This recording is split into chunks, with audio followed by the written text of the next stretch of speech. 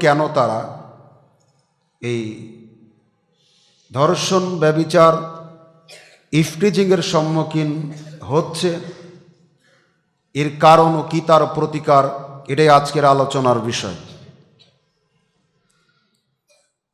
আমরা মনে করি নারীরা যেই কারণে এই পরিস্থিতির শিকার হয়, মুখাপেক্ষী হয়, তার মধ্যে এক নম্বর অন্যতম কারণ হল ধর্মীয় জ্ঞানের অভাব। আমরা দেখেছি আইয়ামে জাহেলিয়াতের যুগে নারীদেরকে হাট বাজারে বিক্রি করা হতো পণ্য সামগ্রীর মতো। সমাজে তাদের কোনো মান মর্যাদা ছিল না। পিতা মারা যাওয়ার পরে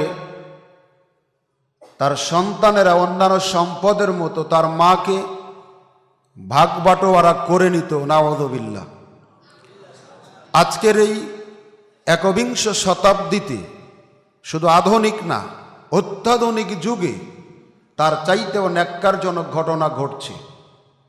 সেই সময় সমস্ত মানুষদেরকে আখেরাতমুখী করার জন্য পরকালীন জবাবদিহিতার ভয় দেখিয়ে আল্লাহ সুবহানাহু ওয়া তাআলা তাদের যে একজন স্রষ্টা আছেন, যেই বিধানগুলি মানলে, ফলো করলে, পড়লে মানুষের ইহলৌকিক জীবনেও কল্যাণ, পারলৌকিক জীবনেও মুক্তি মিলবে, এমন একটা সংবিধান প্রেরণ করেছিলেন বিশ্বনবী মুহাম্মদ রাসূলুল্লাহ সাল্লাল্লাহু আলাইহি ওয়াসাল্লামের প্রতি। ওহির সূচনাতেই যে আয়াতগুলি অবতীর্ণ হয়েছিল, আল্লাহ সুবহানাহু ওয়া তাআলা সেখানে বলছেন, ইকরা বিসমি রাব্বিকাল্লাযী খালাক। পড়ো তুমি তোমার সেই রবের নামে যিনি তোমাকে সৃষ্টি করেছেন। যখন মানুষ তার রবকে চিনল, তার পরিচিতি লাভ করল, তার ক্ষমতাতে বিশ্বাসী হল, সৃষ্টি জগৎ গোপনে প্রকাশ্যে যেখানে যা কিছু করে এটা তিনি জানেন, তার বিধিবিধান সম্পর্কে অবগত হল, তখন যেই মানুষেরা একজন নারীর ইজ্জত হরণের জন্য লোলুপ দৃষ্টিতে তাকিয়ে থাকত, দুদিন পরেই ইসলামী জ্ঞানে জ্ঞানান্বিত হবার কারণে তারা সেই সমস্ত নারীদের ইজ্জতের পাহারাদার হিসেবে মনোনীত হল। তাহলে ইসলামী শিক্ষা, ধর্মীয় শিক্ষাই পারে একজন মানুষকে ধর্ষণের হাত থেকে বাঁচাতে। বৈষয়িক জীবনের কোনো শিক্ষা মানুষকে ধর্ষণ, ইফটিজিংয়ের হাত থেকে বাঁচাতে পারে না, বরং মানুষকে এই ব্যাপারে উস্কে দেয়, লালায়িত করে, প্ররোচিত করে। কিভাবে? শিক্ষা ব্যবস্থাতেও এখন শেখানো হচ্ছে গুড টাচ কাকে বলে আর ব্যাড টাচ কাকে বলে। শরিয়াতে গুড টাচ ব্যাড টাচ বলে কিছু নেই। যার সাথে দেখা করা হারাম, কথা বলা হারাম, তার টাচটা গুড কি আর ব্যাডি কি? যার সাথে দেখা করাই হারাম, যার সাথে কথা বলাই হারাম, এই ব্যক্তিটার, এই ছেলে মেয়ের টাচটা, সেটা গুড টাচ কি আর ব্যাড টাচই কি? বরং বৈষয়িক জীবনের শিক্ষা ব্যবস্থায় এই জাতিকে ধ্বংসের দিকে, ধর্ষণের দিকে নিয়ে যাচ্ছে। এজন্য জাতি যদি ধর্ষণের হাত থেকে বাঁচতে চায়, ইফটিজিংয়ের হাত থেকে বাঁচতে চায়, জেনা মুক্ত, ধর্ষণ মুক্ত সমাজ পেতে চায়, অবশ্যই আমাদের সকলকে ধর্মীয় জ্ঞানে জ্ঞানান্বিত হতে হবে। এর বিকল্প কোনো পথঘাট নেই। দ্বিতীয় যেই কারণ যার জন্য মানুষ, বিশেষ করে নারীরা এই পরিস্থিতিতে শিকার হয়, সেটা হলো মানবিক মূল্যবোধের অবক্ষয়।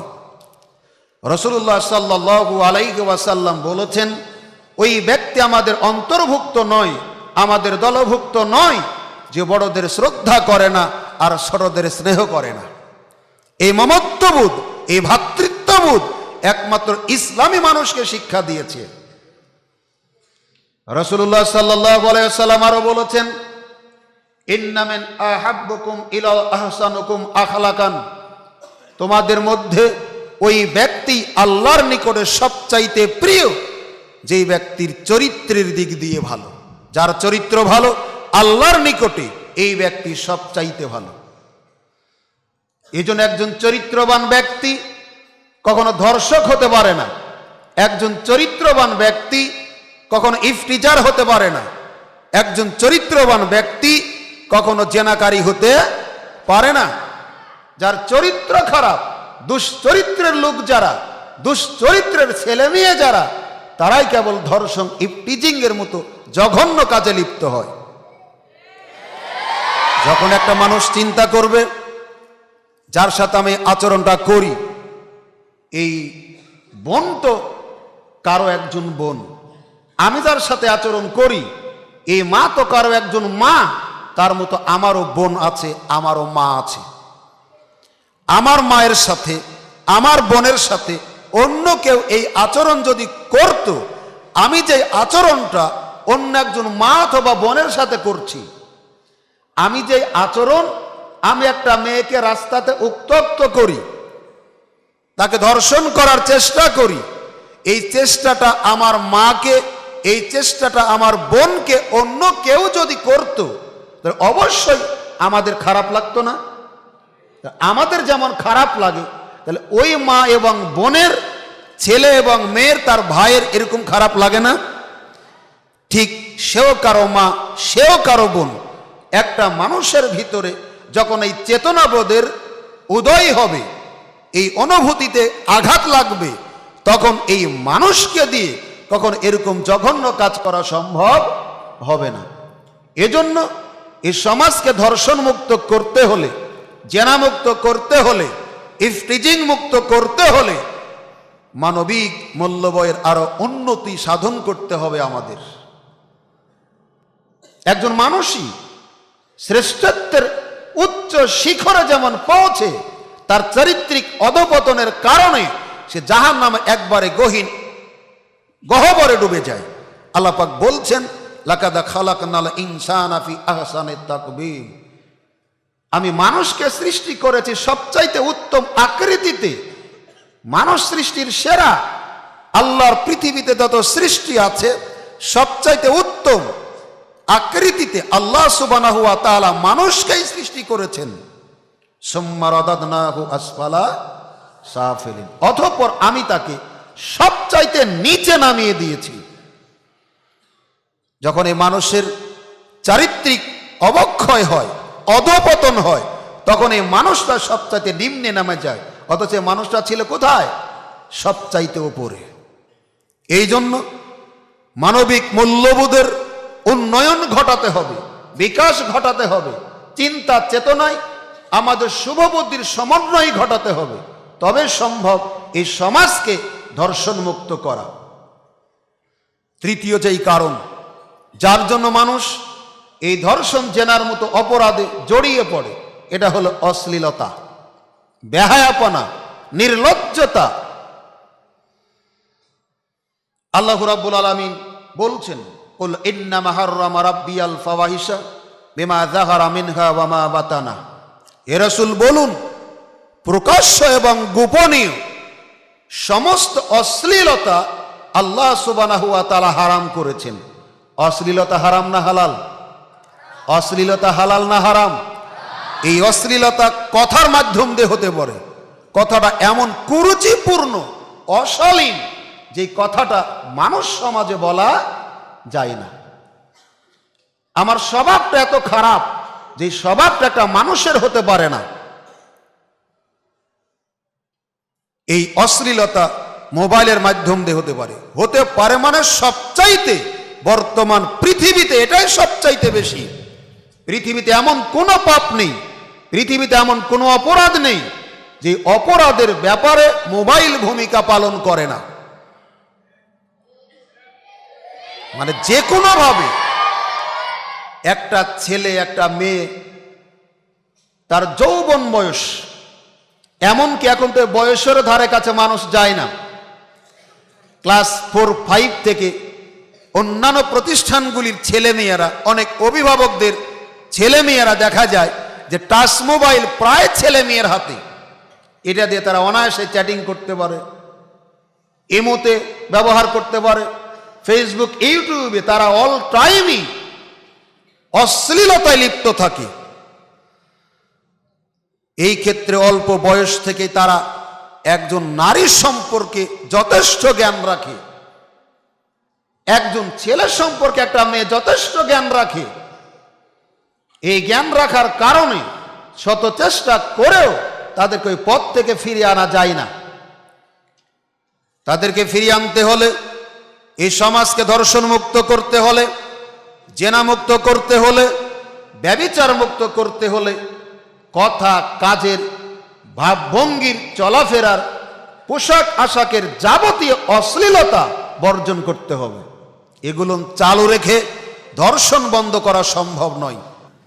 সম্মানিত উপস্থিতি, এর পরের যেই কারণ, চতুর্থ 4 নম্বর কারণ যার জন্য সমাজে চলছে এই জেনা ব্যভিচার ধর্ষণের মতো জঘন্য পাপ, এটা হলো মাদকতার ছয়লাভ। রাসূলুল্লাহ সাল্লাল্লাহু আলাইহি ওয়াসাল্লাম বলছেন, একজন মানুষ যখন মদ পান করে তখন সে মুমিন থাকে না। একজন চোর যতক্ষণ চুরি করে ততক্ষণ সে মুমিন থাকে না। একজন জেনাকার যতক্ষণ জেনা করে ততক্ষণ সে মুমিন থাকে না। তো মুমিন যদি একটা মানুষ না থাকে, সে যদি বেঈমান হয়, সে যদি ঈমানহীন হয়, তাহলে তাকে দিয়ে জেনা কেন, এর চাইতেও যদি জঘন্য কোনো কাজ পৃথিবীতে থাকে সেটাও তাকে দিয়ে করা সম্ভব। ঈমানদার মানুষ কেবল পারে, মুমিন মানুষ কেবল পারে, পরহেজ মানুষ কেবল পারে, মুত্তাকি মানুষ কেবল পারে খারাপ কাজ থেকে বেঁচে থাকতে, দূরে থাকতে। মদ পান করলে একটা মানুষের মস্তিষ্কের বিকৃতি ঘটে, তার স্বাভাবিক জ্ঞান থাকে না, সে যা ইচ্ছা তাই করে। যে কাজটা করে এটা হালাল না হারাম, জায়েজ না নাজায়েজ, ন্যায় না অন্যায়, এটা বাছবিচার করার তার ক্ষমতা থাকে না। আজকের সমাজের বিশেষ করে আমার ছাত্র ভাইরা যারা আছো, তাদের কাছে বিনয়ের সাথে অনুরোধ করব, মাদকতার যাবতীয় সংস্পর্শ থেকে তোমরা বেঁচে থাকার চেষ্টা করবে। আল্লাহ রাব্বুল আলামিন তোমাদেরকে লক্ষ্য করে বলেছেন, নিশ্চয় সন্তান সন্ততি, তোমাদের স্ত্রী তোমাদের জন্য সৌন্দর্যের বস্তু। এই মসজিদ পিলার, এই মসজিদ ফ্যান, এই মসজিদ বাল্ব, এই মসজিদ এসি সবকিছু দিয়ে সাজানো গোছানো, তাই না? এই বাল্বগুলি যেমন, ফ্যানগুলি যেমন, এসিগুলি যেমন মসজিদের মানান, তোমরা হলে তোমাদের পরিবারের মানান। একই আল্লাহ অন্য আয়াতে বলেছেন, তোমাদের স্ত্রী, তোমাদের সন্তান সন্ততি তোমাদের জন্য ফিতনার বস্তু। একই আল্লাহ বলেছেন। তাহলে তোমরা কখন সৌন্দর্যের বস্তু, তোমরাই কখন ফিতনার বস্তু? তোমরা কি সৌন্দর্যের বস্তু হতে চাও না ফিতনার বস্তু হতে চাও? সৌন্দর্যের বস্তু না। কিভাবে? তুমি যে আদর্শে মানুষ হচ্ছ, রাস্তাঘাটে চলতে গিয়ে মুরব্বীদের দেখলে, উস্তাদদেরকে দেখলে যখন সালাম দাও, অপরিচিত কাউকে যখন সালাম দাও, তখন জিজ্ঞাসা করে তো ছোট্ট বাচ্চাটা কার? তখন আরেকজন যখন তোমার আব্বুর নাম করে, তোমার আম্মুর নাম করে, তোমার বড় ভাইয়ের নাম করে, তখন অপরিচিত লোকটা মন থেকেই তোমার বাপের প্রশংসা করে যে লোকটা একটা ছেলে মানুষ করেছে, করে না? এই প্রশংসা যদি তোমার আব্বু শোনে, তোমার আম্মু শোনে, তোমার বড় ভাই শোনে, তাহলে তারা খুশি হবে না বেজার হবে? খুশি হবে না? তাদের আত্মাটা ভরে যাবে। এটাই হলে তোমরা সৌন্দর্যের বস্তু। কিন্তু তুমি এমন চরিত্রের যদি হও, মাথায় টুপি আছে, পাঞ্জাবি পরে আছো, তোমার হাতে যদি বিড়ি থাকে তাহলে কেমন লাগবে? তোমার হাতে যদি সিগারেট থাকে তাহলে কেমন লাগবে? তুমি যদি টেলিভিশনের আড্ডায় বসে থাকো কেমন লাগবে? তুমি যদি মোবাইল অবৈধভাবে চ্যাটিং করো, ইমুতে ফোন দাও, তুমি যদি টেলিভিশনে মত্ত থাকো, তাহলে তোমার একইভাবে যেভাবে সুনাম করলো অপরিচিত লোকটা, একইভাবে বলবে এই ছেলেটা কার ছেলে। তোমার আব্বুর যখন নাম করবে, তোমার আম্মুর যখন নাম করবে, তোমার বড় ভাইয়ের যখন নাম করবে, তখন তারা শুনলে কি খুশি হবে না বেজার হবে? তখন তুমি কি সৌন্দর্যের বস্তু না বিপদের বস্তু? বিপদের বস্তু। এমন কি তুমি এমন অপরাধে জড়িয়ে পড়বে, তুমি যে তার ছেলে হও এই পরিচয় তোমার বাপে দিতে চাইবে না।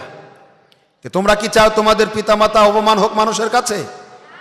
এটা যদি না চাও, পিতামাতাকে সম্মান করবে, তাদের আদেশ নিষেধগুলি মেনে চলবে, বহু কষ্ট করে তোমাদের উপার্জন করে এখানে টাকা পয়সা পাঠায়, তাদের পাঠানোর টাকাটা খেয়ে পরে তোমরা কাজে লাগানোর চেষ্টা করো।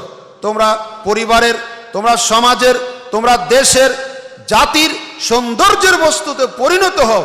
আল্লাহ আমাদের তোমাদের সকলকে কবুল করুন, আমিন।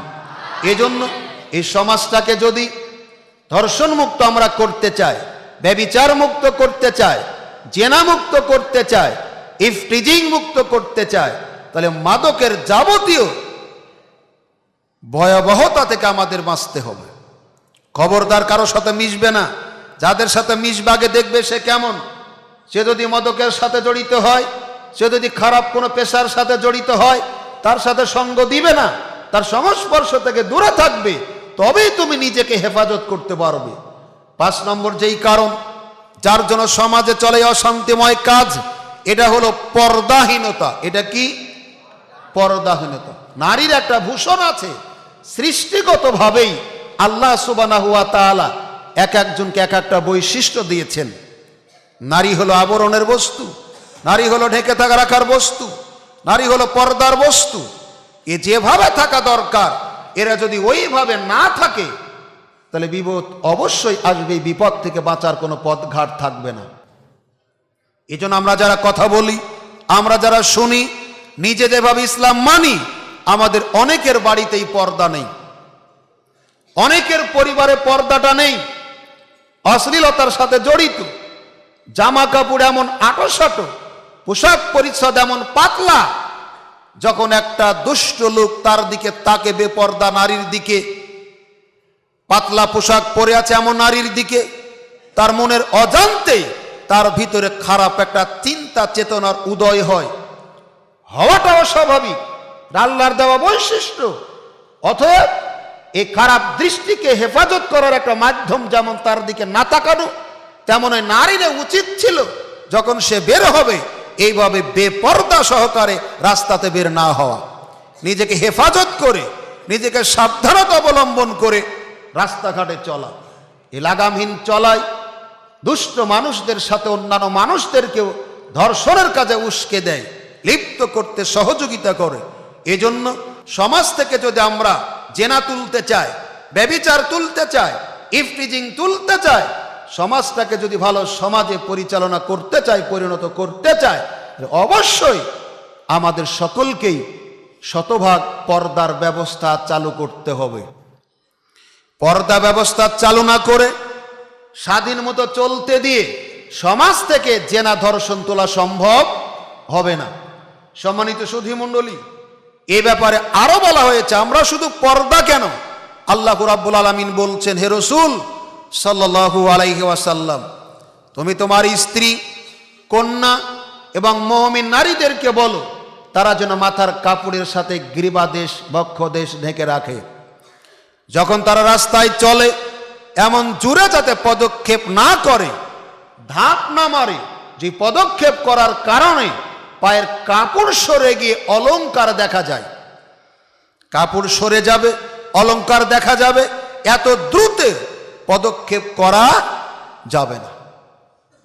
শুধু এটাই নয়, আমরা দেখেছি সমাজে অনেক মহিলাদেরকে যাদের অবস্থা ভালো, সমাজে বিত্তশালী, যারা সমাজে সম্ভ্রান্ত ব্যক্তি, সমাজে প্রভাব প্রতিপত্তি অনেক বেশি, এরা এতটাই নির্লজ্জ, এরা এতটাই বেহায়া, এরা এতটাই নিকৃষ্ট, তারা যখন গোসল করে তাদের কাপড় চুপুর, তাদের শাড়ি, তাদের ব্লাউজ, তাদের পেটিকুট, তাদের থ্রি পিস, তাদের ম্যাক্সি সব কিছু এমন জায়গাতে শুকাতে দেয়, হাজারো মানুষ এটা দেখে।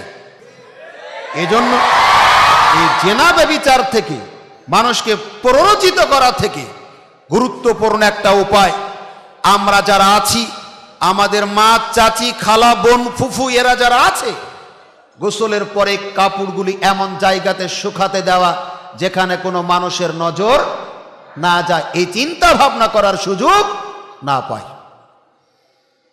এরপরের যে বিষয়, যার কারণে সমাজটা এই পাপ থেকে, অপরাধ থেকে মুক্ত থাকতে পারে না, সেটা হলো অপসংস্কৃতি। আমাদের মনে রাখতে হবে, আমরা মুসলিম, আমাদের একটা সভ্যতা, সংস্কৃতি, কৃষ্টি, কালচার আছে, আমাদের নিজস্ব ধর্মের আচার অনুষ্ঠান আছে। এর বাহিরে বিদেশ থেকে আমদানি করা নানানমুখী অপসংস্কৃতি যখন দেশে চালু হয়, মানুষ এতে অংশগ্রহণ করতে গিয়েই এই পাপের সাথে জড়িয়ে পড়ে। আমরা পেপার পত্রিকায় দেখেছি, পয়লা বৈশাখের অনুষ্ঠানে গিয়ে অনেক নারী তার ইজ্জত হারিয়েছে। আমরা দেখেছি এই অনুষ্ঠানে যোগদান করতে গিয়ে অনেক নারী তার সম্ভ্রমকে হারিয়েছে। তারপরেও কি তার থেকে বিরত হয়েছে? না, বরং প্রগতির স্রোতে তার একবারে গা ভাসিয়ে দিয়ে একাকার হয়ে গেছে। এজন্য আমাদের মুসলিম সংস্কৃতি অনুযায়ী, শরিয়া অনুযায়ী যেই সমস্ত অনুষ্ঠান পালন করা শরিয়াত বৈধ করেছে, হালাল করেছে, অনুমতি দিয়েছে, এই সমস্ত অনুষ্ঠান ছাড়া অপসংস্কৃতির বলক যাবতীয় অনুষ্ঠানকে আমাদের বর্জন করতে হবে। আর বর্জনই যখন আমরা করতে পারবো, নারী পুরুষ অগাধ মিলামেশার সুযোগ যখন পাবে না, তখন একজন নারী তার ইজ্জত বাঁচানোর সুরক্ষা পাবে। আর নারী পুরুষ মাঠে ঘাটে, বাজারে, মেলা খেলাতে একাত্রিত হয়ে তার ইজ্জতের গ্যারান্টি লাভ করতে পারে না। এরপরের যে কারণ 7 নম্বর, যার জন্য সমাজ থেকে জেনা, ব্যভিচার, ধর্ষণ দূর করা সম্ভব হচ্ছে না, সেটা হলো অশালীন পোশাক। পোশাকটা কেমন? অশালীন পোশাক। অনেক মূলনীতির একটা, আমরা পোশাক কেন পরব? আল্লাহ পাক বলছেন, তোমরা পোশাক পরিচ্ছদ পরিধান করবে তোমাদের লজ্জাস্থানকে ঢাকার জন্য, আর একটা হলো শীত থেকে বাঁচার জন্য, আর একটা হলো সৌন্দর্য বৃদ্ধির জন্য। পোশাক পরব কেন? লজ্জাস্থানকে ঢাকার জন্য। আর একটা কেন? শীত থেকে বাঁচার জন্য। আর একটা কি? সৌন্দর্য বৃদ্ধির জন্য। একটা মানুষ খালি গায়ে থাকলে যেরকম দেখায়, পোশাক পরলে কি সুন্দর দেখায় না? দেখায় না? কনকনে ঠান্ডা, পোশাক না পরলে কি ঠান্ডা নিবারণ করা যায় না? তাহলে বোঝা যাচ্ছে আল্লাহ পোশাক প্রেরণের পিছনে অনেক হিকমত আছে। পরিধানের ব্যাপারে একটা মূলনীতি হলো, যারা পুরুষ আমরা পোশাক পরবো টাকনুর, প্যান্ট, লুঙ্গি, ট্রাউজার, পাজামা, এগুলো পরবো টাকনুর উপরে, আর মেয়েরা পরবে টাকনুর নিচে। আজকে দেখো, তোমরা দেখবে যে অনেক মেয়েরাই পরে টাকনুর উপরে, আর ছেলেরাই পরে টাকনুর নিচে। অবশ্য বরকত আছে। আল্লাহ নবী বলেছেন, ওই পুরুষ আল্লাহর জান্নাতে যাবে না যেই পুরুষ নারীর পোশাক পরে। তাহলে যেই পুরুষ টাকনুর নিচে পোশাক পরে, এরা মূলত নারীর পোশাক পরে, এই পুরুষ জান্নাতে যাবে না। আবার যেই নারী পুরুষের পোশাক পরে, এই নারীও আল্লাহর জান্নাতে যাবে না। নারীর পোশাক পরা উচিত ছিল টাকনুর নিচ পর্যন্ত। যেই নারীরা, যেই মেয়েরা পোশাক পরে টাকনুর উপরে, তার মানে পুরুষের মতো পড়লো, এই নারীও আল্লাহর জান্নাতে যাবে না। তাহলে সালাত, সিয়াম, হজ, যাকাত আদায় করেও পুরুষের পোশাক যদি টাকনুর নিচে যায়, নারীর পোশাক যদি টাকনুর উপরে উঠে, তবুও তারা জাহান্নামে যাবে, জান্নাতে যেতে পারবে না। এটা একটা গেল। এরপরে বিষয়গুলি, পোশাকগুলি এমনই, আমরা যখন পর্দা করি, বুরকা পরি, সাধারণত আমরা জানি বুরকা পরার, পর্দা করার একটা কারণ আছে। তো কারণ আছে না? কি কারণে আমরা বোরকা করি? অনেকে করে ফ্যাশন হিসেবে, কিন্তু শরীয়ত বলছে যে পর্দা করবে দুষ্ট লোকদের সবল থেকে, দুষ্ট লোকদের আক্রমণ থেকে, দুষ্ট লোকদের লোলক দৃষ্টি থেকে ও নিজের ইজ্জত সম্মানকে বাঁচানোর জন্য। কিন্তু আমি যে পোশাকটা পরেছি, এই পোশাক পরে আমি তাদের হাত থেকে বাঁচতে পারিনি, বরং তাদের লালসার শিকার হয়েছে আমরা। কারণ আমার পোশাকটা তো আকর্ষণীয়, পোশাকটা হতে হবে সাদামাটা, পোশাকটা হতে হবে ঢিলা ঢালা, অথচ পোশাকটা আমি এমন পরেছি, ছেলেরা তো তাকাতে চায়, বৃদ্ধরাও তাকাতে চায়। মানে এত চকচকে পোশাক পরেছে, এত চকচকে পোশাক পরেছে, এত রং ঢঙ্গের পোশাক পরেছে, এত অশালীন পোশাক পরেছে যে সবাই তার দিকে তাকাতে চায়, তাহলে কি লাভ হলো এই পোশাক পরে? এই পোশাক কি শালীন? এই পোশাক কি পর্দা করার জন্য? না। অনেক মেয়েদের আমরা দেখি যে মেয়েরা প্রায় 7-8 হাত একটা উড়না, কত হাত? 7-8 হাত একটা উড়না পুরা মাথাটাই পেঁচিয়ে রেখেছে, গায়ে নাই। ওটা পর্দা না। জিজ্ঞাসা করলে বলে হুজুর মাথায় শ্যাম্পু করেছি, ধুলাবালি যাতে না পড়ে এজন্য পরেছি। মানে পর্দা হিসাবে না, মাথার চুলকে ধুলাবালি থেকে রক্ষা করার জন্য পড়েছে। এজন্য আমরা এটাকে হাসি তামাশার বস্তুতে পরিণত করে নিয়েছি। রাসূলুল্লাহ সাল্লাল্লাহু আলাইহি ওয়াসাল্লাম বলেছেন, কয়েক শ্রেণীর মানুষ আল্লাহর জান্নাতে যাবে না, তাদের জন্য আল্লাহ জান্নাতকে হারাম করে দিয়েছেন। তার মধ্যে একটা হলো যারা দায়ুস। তারা, আপনি পরিবারের প্রধান, আপনি পরিবার চালান, আপনি পরিবারের কর্তা, আপনি পরিবারের পরিচালক, আপনার বাড়িতে আপনার যুবতী মেয়ে বেপর্দার সাথে চলে, আপনি শাসন করেন না। আপনার স্ত্রী বেপর্দার সাথে চলে, আপনি শাসন করেন না। আপনি তাহাজ্জুদ পড়েন, আপনি হাজি মানুষ, আপনি 5 ওয়াক্ত পড়েন, আপনি যাকাত দেন, আপনি মসজিদের সভাপতি, আপনার এগুলো পদ পদবি কোনো ইবাদত কাজে আসবে না, আপনাকে জাহান্নামে যেতে হবে। কারণ নবী বলেছেন দায়ুস আল্লাহর জান্নাতে যাবে না। তোমাদের বলি, যারা ছাত্র ভাইরা আছো, তোমরা আজকে ছেলে, 2 দিন পর তোমরা একটা পরিবারের পরিচালক হবে। তোমাদেরই দায়িত্ব তোমাদের পরিবারে শতভাগ পর্দা চালু করা। তুমি তোমার মাকে বোঝাও, তুমি তোমার বোনকে বোঝাও, তুমি তোমার চাচিকে বোঝাও, তুমি তোমার খালাকে বোঝাও। এই জীবন শেষ নয়, এই জীবনের পর আছে মৃত্যু, মৃত্যুকালীন কঠিন যন্ত্রণা, এরপরে আছে কবর, কবরে কঠিন যন্ত্রণা, এরপর আছে কিয়ামতের মাঠ, ভীষণ ভয়াবহ জায়গা, এরপরে জান্নাতি হলেও পুলচিরাত পার হতে হবে। এটা অত্যন্ত অন্ধকার জায়গা, খুব সূক্ষ্ম জায়গা, পার হওয়া খুব কঠিন। এই জায়গাগুলিতে যদি আমরা পার হতে চাই, অগ্রিম আমাদের পাথেও সংগ্রহ করতে হবে, হবে না?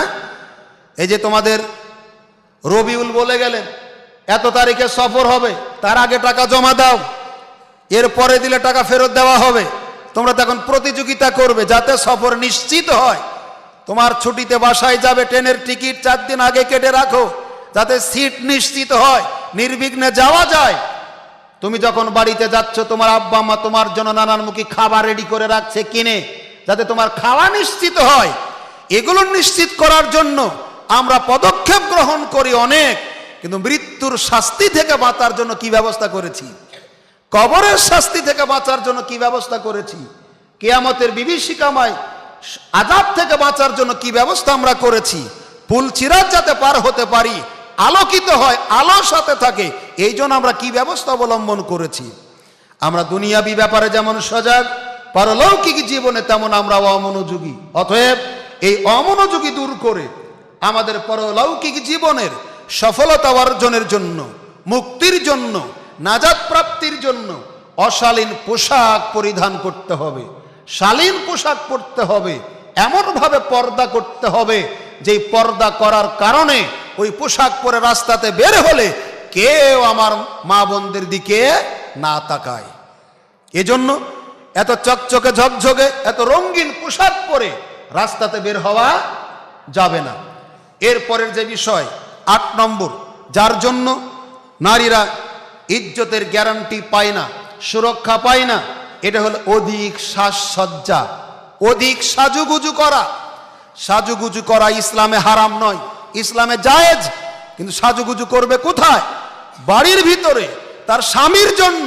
কিন্তু আমাদের দেশের অধিকাংশ মহিলারা সাজুগুজু করে রাস্তাঘাটে যারা চলে তাদের দেখানোর জন্য। স্বামী এত কষ্ট করে, স্বামী এত কষ্ট করে, মাথার ঘাম পায়ে ফেড়ে উপার্জন করে, অনেক কিছু কিনে দেয় সাজুগুজু করার জন্য, কিন্তু ওর কাছে থাকে ময়লা চুল নিয়ে, ময়লা পোশাক নিয়ে, একবারে গন্ধতে তার কাছে থাকা যায় না। কিন্তু যখন মার্কেট করতে যায়, চুলে শ্যাম্পু করে, সুগন্ধি ব্যবহার করে রাস্তাতে বের হয়, মানে পরিশ্রম করে ওর স্বামী, আর দেখে মজা মারে রাস্তার জনগণ। এজন্য অধিক সাজসজ্জা গ্রহণ করে যখন একটা মহিলা বাহিরে বের হবে, অবশ্য সে ধর্ষণের হাত থেকে বাঁচতে পারবে না। এজন্য ধর্ষণ থেকে বাঁচতে হলে রাস্তাতে বের হওয়ার সময় অধিক সাজসজ্জা কি করতে হবে? বর্জন করতে হবে, পরিহার করতে হবে। সম্মানিত উপস্থিতি, এরপরের যে বিষয়টা যার জন্য সমাজ এই পাপ থেকে এখনো মুক্ত হতে পারেনি সেটা হলো মোবাইলের অপব্যবহার। কিসের অপব্যবহার? মোবাইলের অপব্যবহার। একটা হাদিস তোমরা শুনেছ, রাসূল সাল্লাল্লাহু আলাইহি ওয়াসাল্লাম বলেছেন কিয়ামতের আগে জেনা এত দ্রুত ছড়িয়ে পড়বে, এত বেশি হবে, এত দ্রুত হবে, এত কম সময়ে হবে, যেমন পাখি কম দ্রুত জেনা করে। এটা কিভাবে সম্ভব? আজকে মোবাইলে এমন কি হয় না, এমন কি আছে পৃথিবীতে যেটা মোবাইলে হয় না? সব হয়।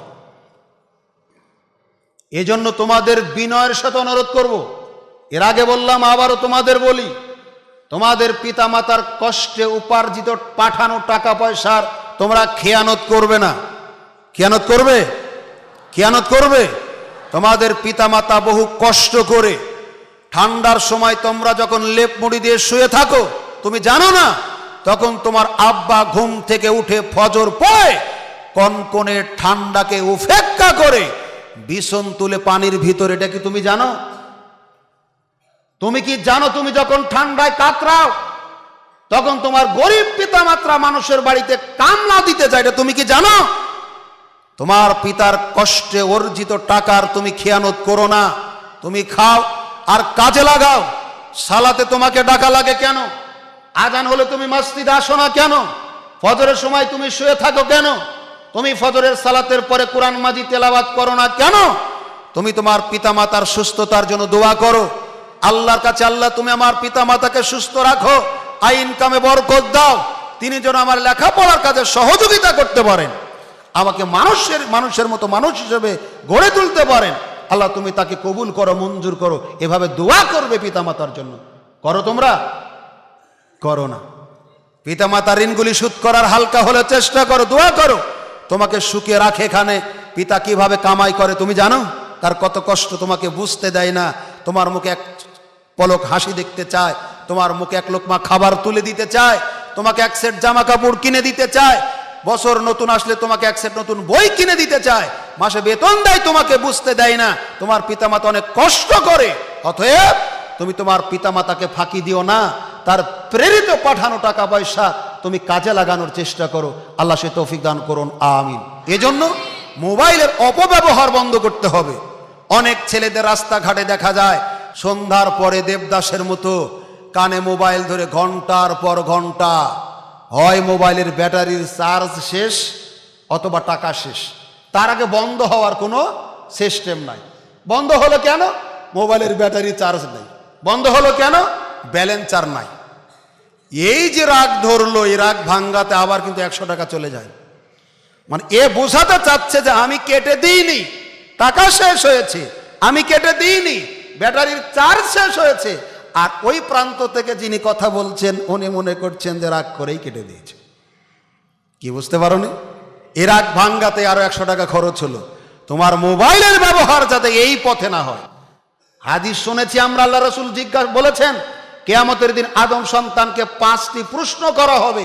তার একটা হলো তুমি তোমার উপার্জিত টাকা পয়সা কোন পথে খরচ করেছো। শুনিনি আমরা? আল্লাহ জিজ্ঞাসা করবেন তুমি ফেসবুকে কয় টাকা খরচ করেছো, ইউটিউবে কয় টাকা খরচ করেছো, তুমি তোমার মোবাইলে রাত 12টার পরে কয় টাকা খরচ করেছো।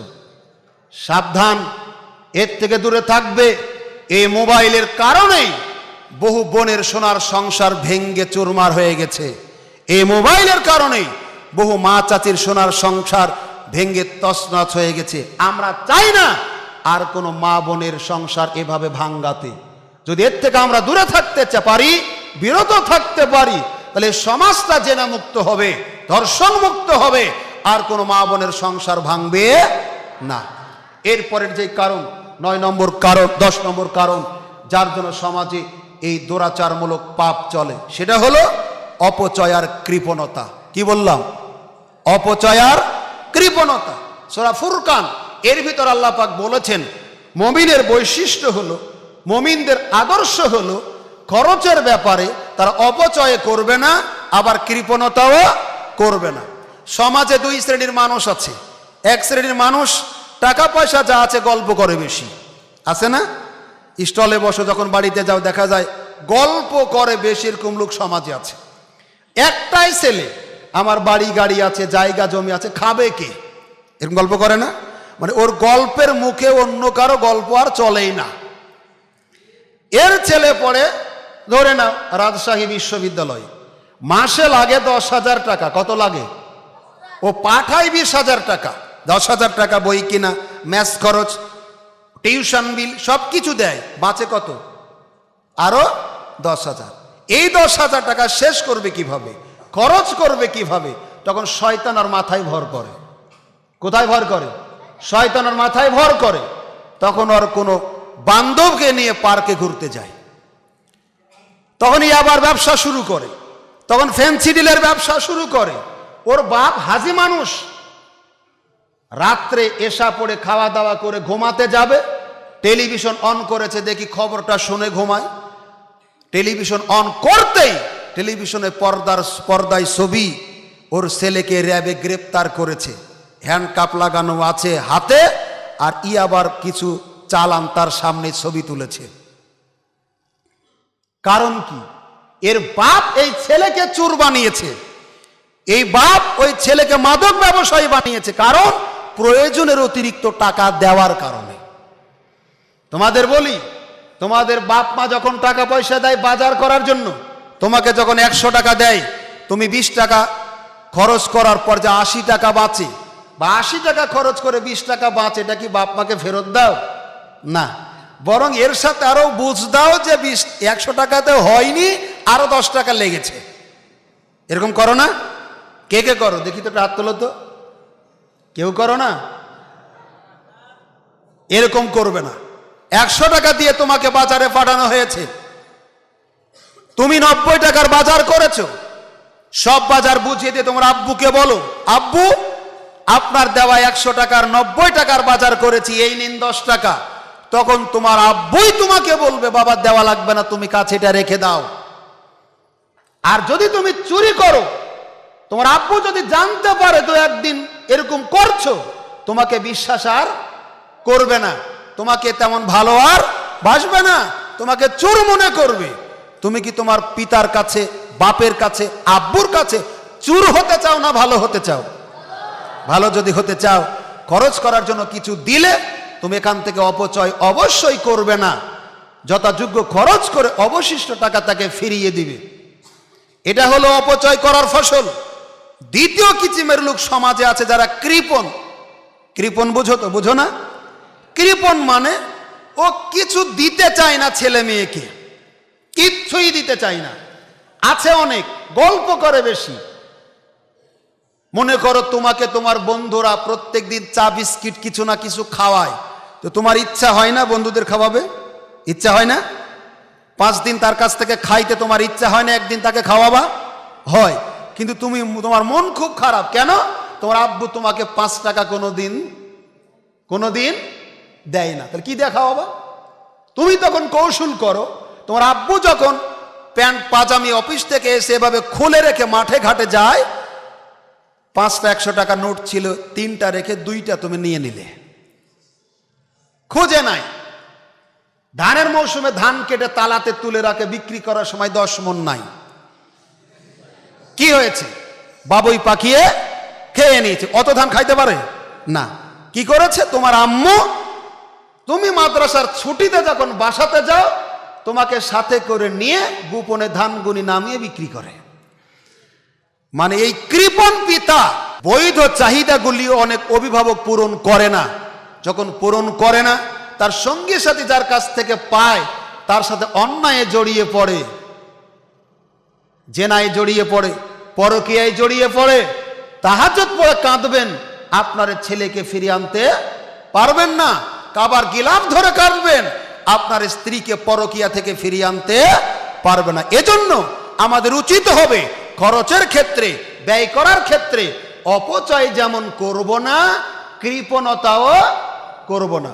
দুইটার মাঝখানের পথ, মিতব্যয়িতার পথ অবলম্বন করব। যেখানে যেটা লাগবে সেখানে আমরা এরকম খরচ করব। এরপরে যে বিষয়, সেটা হলো 11 নম্বর, সহশিক্ষা ও একই কর্মক্ষেত্র। একটা ছেলে যখন নাবালক থেকে বালেগ হয়, একটা মেয়ে যখন নাবালেগা থেকে বালেগা হয়, নারী পুরুষ সম্পর্কে, পুরুষ নারী সম্পর্কে জানাশোনা হয়। রাসূলুল্লাহ সাল্লাল্লাহু আলাইহি ওয়াসাল্লাম বলছেন,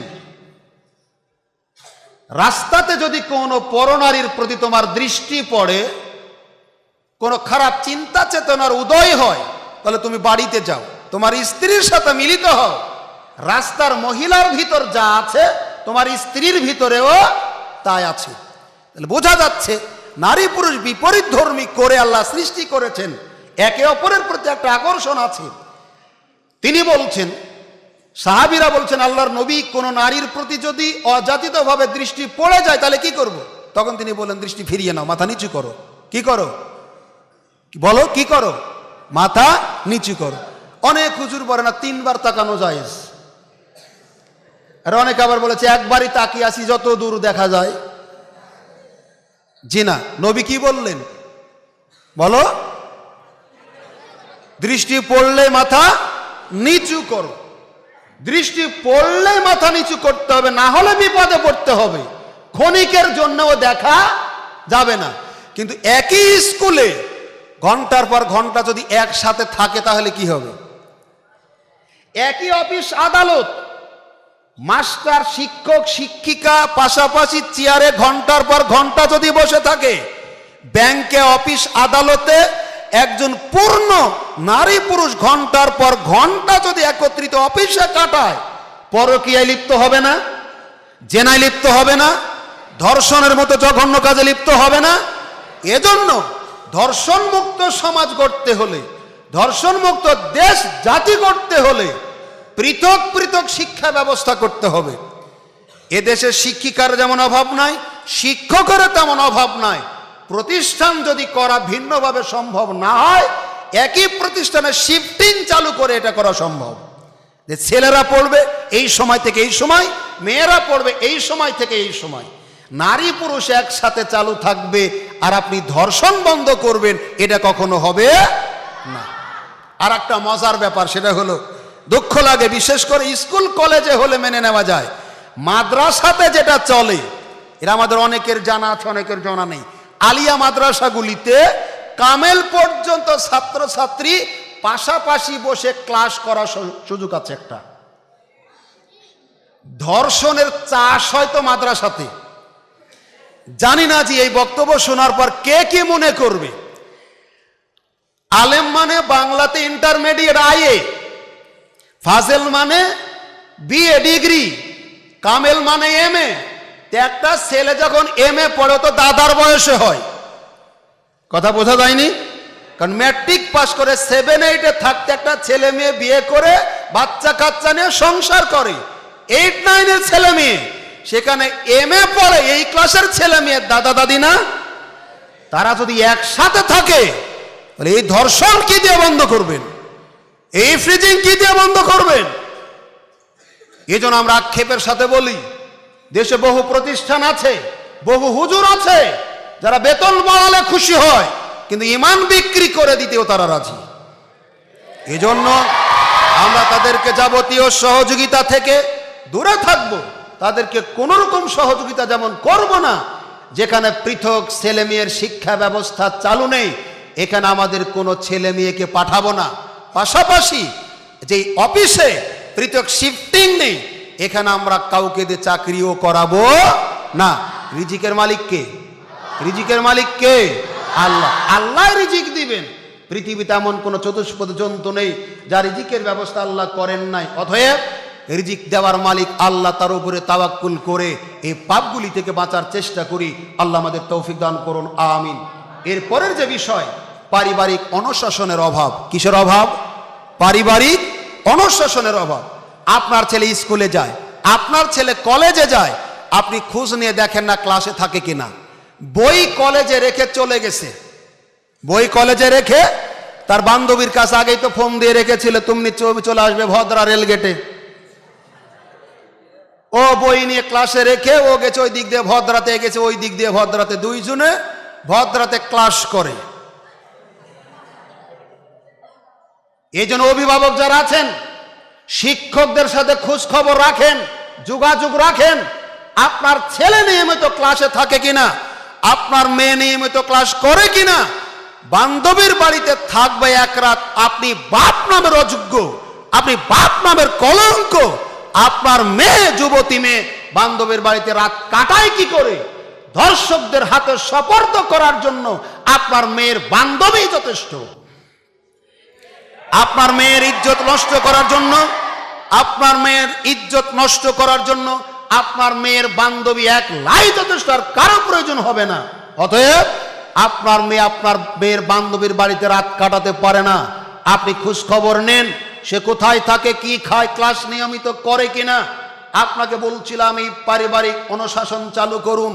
যখন আপনার ছেলে মেয়ে বিপদে জড়িয়ে যায়, শাসন করার বয়স চলে যায়, যখন আপনি শাসন করতে চাচ্ছেন তখন ও পাল্টা আপনাকে শাসন করে। অতএব যখন শাসন করার বয়স তখনই শাসন করেন। যখন আপনি তাকে মারতে পারবেন তখনই মারেন। যখন আপনাকে মারার বয়সে সে যায় তখন আপনি মারতে চাইলে আপনাকে ছাড়বে? কারণ তাকে তো বেয়াদব বানিয়েছেন আপনি। অতএব আপনাকে বলছিলাম যে বিষয়টা, আপনি পারিবারিক অনুশাসন চালু করুন। আপনার ছেলের ব্যাপারে কেউ মাথা ঘামাবে না, আপনার মেয়ের ব্যাপারে কেউ মাথা ঘামাবে না, আপনাকে ঘামাতে হবে। এরপরের যে বিষয়, একাকী সফর করা। একাকী কি করা? রাসূলুল্লাহ সাল্লাল্লাহু আলাইহি সাল্লামের একজন সাহাবী নবীজিকে বললেন, আল্লাহ নবী, আমার স্ত্রী হজে যাবেন আর আমি নিয়ত করেছি জিহাদে যাব। আমি যাব জিহাদে আর আমার স্ত্রী যাবে হজে। আমি এখন কি করব বলেন, কোনটা করতে বলছেন? তখন নবীজি বলছেন, তুমি তোমার স্ত্রীর সাথে হজে সাথে যাও। জিহাদে তোমার যাওয়া লাগবে না। স্ত্রীর সাথে যদি হজে যাবে, হজ একটা ইবাদত না? হজ একটা ইবাদত না? ইবাদত করার সময় যদি স্বামীর সাথে লাগে, সাহেব বাজারে মার্কেট করতে যাবে কেউ লাগবে না? রিক্সালাই যথেষ্ট, অটোওয়ালাই যথেষ্ট। ধর্ষণের শিকার ও হবে না, কে হবে? অতএব ধর্ষণ থেকে বাঁচতে হলে, জেনা থেকে বাঁচতে হলে, ইফটিজিং থেকে বাঁচতে হলে একাকী সফর করা বন্ধ করতে হবে। একাকী সফর যদি বন্ধ হয়, মাহরাম যদি সাথে থাকে, যার সাথে বিয়ে হওয়া হারাম সে যদি সাথে থাকে, তাহলে ধর্ষণ এমনি বন্ধ হবে, আইন করা লাগবে না। এরপরের যে বিষয় সেটা হলো সুগন্ধি ব্যবহার করা। কি ব্যবহার করা? নারীরা যখন বাড়ির বাহিরে বের হবে তখন এমনকি সুগন্ধি তেলও ব্যবহার করতে পারবে না। আবু হুরায়রা রাদিয়াল্লাহু তাআলা আনহু বলেন, একদিন এক মহিলা তার সামনে দিয়ে যাচ্ছিল, তিনি মনে করলেন মহিলা সুগন্ধি ব্যবহার করেছে। তাকে জিজ্ঞাসা করা হলো, মহিলাজি তুমি কোথায় যাবে? মসজিদে। কেন? সালাত আদায় করতে। মহিলা কোথায় যাবে? মহিলা কোথায় যাবে? কেন যাবে? তখন আবু হুরায়রা জিজ্ঞাসা করছেন, তুমি কি সুগন্ধি ব্যবহার করেছো? তখন মহিলা বলছে হ্যাঁ। তখন আবু হুরায়রা বলছেন, তুমি বাড়িতে ফিরে যাও। একটা নাপাক মানুষ পাক হওয়ার জন্য যেভাবে গোসল করে, একজন অপবিত্র মানুষ পবিত্র হওয়ার জন্য যেভাবে গোসল করে, ওইভাবে তুমি গোসল করো। অন্য হাদিসে তিনি বলছেন, যদি কোনো মহিলা সুগন্ধি ব্যবহার করে অন্য পুরুষের সামনে দিয়ে যায়, ব্যভিচার করলে, জেনা করলে যেই পাপ হয়, এই মহিলার সেই পাপ হয়। তাহলে মহিলারা যখন সুগন্ধি মেখে বাহিরে যাবে, রাস্তাঘাটে যারা থাকবে ওই সুগন্ধি অনুমান করে তাকানোর চেষ্টা করবে, দেখার চেষ্টা করবে এই যে সুগন্ধি মেখে কে যাচ্ছে। আর তখনই সে তার অনাকাঙ্ক্ষিত এই দর্শন, ইফটিজিং, জেনার মতো পাপে জড়িয়ে পড়বে। এজন্য সমাজকে যদি আমরা দর্শন মুক্ত করতে চাই, আমাদের মা বোনেরা যখন বাহিরে বের হবে অবশ্যই যাবতীয় সুগন্ধি পরিহার করবে। এরপরের যে বিষয়, খারাপ সঙ্গী সাথী। আমরা যাদের সাথে মিশি, আমরা তাদের চরিত্র যদি খারাপ হয় তাদেরকে বয়কট করব, প্রত্যাহার করব। আর তারা যদি ভালো হয় তাদের সাথে আমরা চলবো। রাসূলুল্লাহ সাল্লাল্লাহু আলাইহি সাল্লাম বলেছেন, ভালো বন্ধুর দৃষ্টান্ত হলো কিসের মতো? আতর বিক্রেতার মতো। তুমি যদি আতর কিনো সুগন্ধি পাবে, নাও যদি কিনো কেউ ব্যবহার করে তাও তুমি সুগন্ধি পাবে। তোমার ঈমান আমলে যদি ঘাটতি থাকে, কমতি থাকে, যার সাথে মিশো সে যদি তোমার চাইতে ভালো হয়, তার সাথে মিশতে মিশতে তুমিও তার মতো ভালো হবে। আর যার সাথে মিশো সে যদি খারাপ হয় তোমার চাইতে, তার সাথে মিশতে মিশতে তুমি তার মতো খারাপ হয়ে যাবে। এই জন্য যারা ভালো তাদের সাথে মিশবা, আর যারা খারাপ তাদের সাথে মিশবা না। এরপরে যে বিষয় 16 নম্বর সর্বশেষ বিষয়, সেটা হলো উপযুক্ত বয়সে বিবাহ না দেওয়া। কি করা? উপযুক্ত বয়সে বিবাহ না দেওয়া। অনেক অভিভাবক মনে করে ছেলে লেখাপড়া করে নিজের পায়ে আগে দাঁড়াক তারপরে বিয়ে দিব, মেয়ে লেখাপড়া করে নিজের পায়ে আগে দাঁড়াক তারপরে বিয়ে দিব। মনে হয় ওই অভিভাবকের কথা শুনে ওই ছেলে মেয়ে অন্য কারো পা দিয়ে হাঁটে। অথচ রাসূলুল্লাহ সাল্লাল্লাহু আলাইহি সাল্লাম বলেছেন, যদি উপযুক্ত পাত্র পাওয়ার পরেও বিবাহ না দেয়, উপযুক্ত পাত্র পাওয়ার পরেও যদি কোনো অভিভাবক বিবাহ না দেয়, তাহলে পৃথিবী ফিতনা ফাসাদে ভরে যাবে। ফিতনা ফাসাদে ভরে যায়নি? মরণ ব্যাধি এইডসে ভরে গেছে, গনেরিয়ায় ভরে গেছে, সিফিলিসে ভরে গেছে, নানানমুখী রোগের প্রাদুর্ভাব দেখা দিয়েছে। পাশাপাশি যারও সন্তানও বর্তমান পৃথিবীতে অসংখ্য হচ্ছে। এটাই পাপের ফসল। যদি উপযুক্ত বয়সে বিবাহের ব্যবস্থা করা হতো, তাহলে অন্তত এই পরিবার যারা সন্তানের হাত থেকে বাঁচত, যে সন্তান পয়দা করত, এই সন্তানটা বৈধ হতো, হালাল হতো, জায়েজ হতো। এজন্য যদি আমরা সমাজকে জেনামুক্ত করতে চাই, ব্যভিচার মুক্ত করতে চাই, তাহলে আমরা অবশ্যই উপযুক্ত বয়সে ছেলে মেয়েকে বিবাহ দিব। 17 নম্বর কারণ প্রচলিত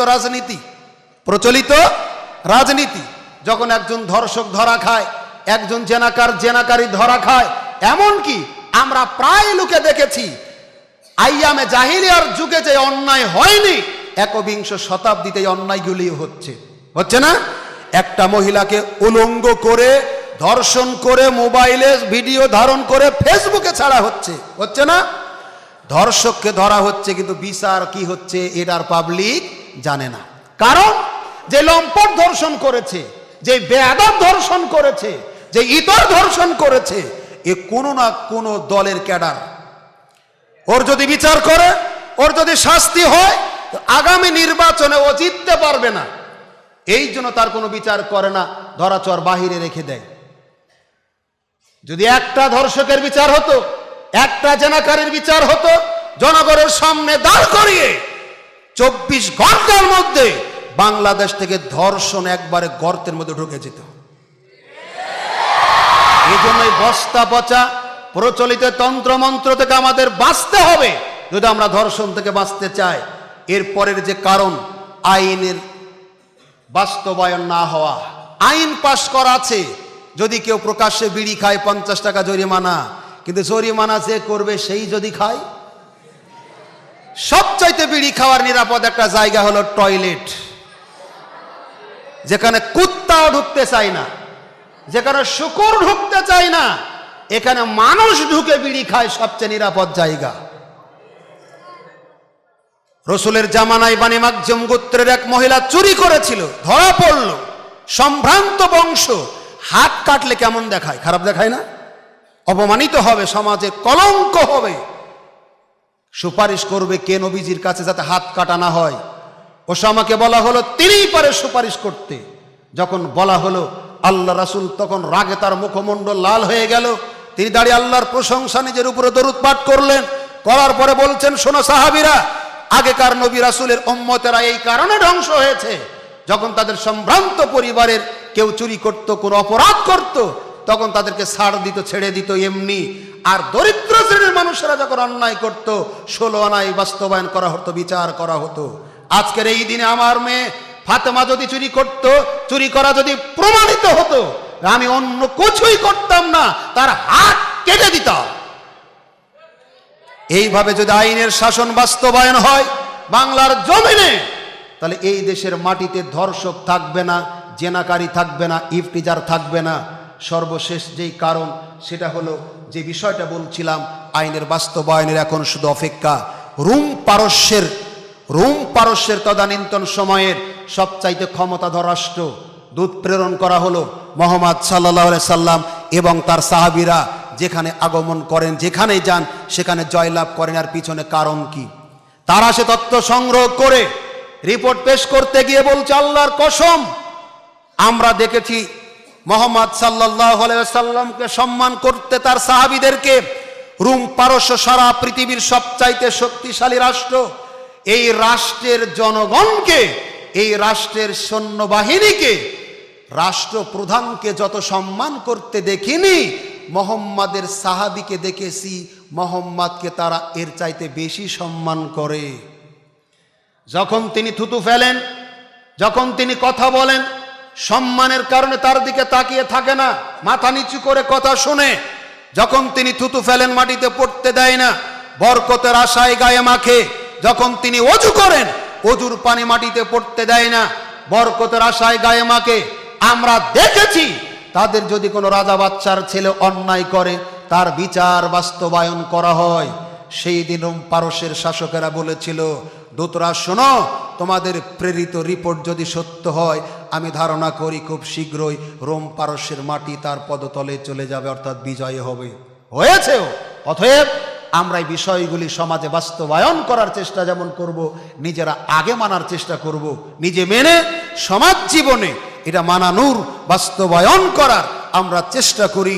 আল্লাহ সুবহানাহু ওয়া তাআলা আমাদের সকলকে সে তৌফিক দান করুন, আমিন। সবশেষে আমার জন্য দোয়া আছে আল্লাহ সুবহানাহু ওয়া তাআলার নিকটে, আপনাদের সুস্বাস্থ্য, দীর্ঘায়ু, মঙ্গল ও কল্যাণ কামনা করে আজকের আলোচনা এখানে শেষ করছি।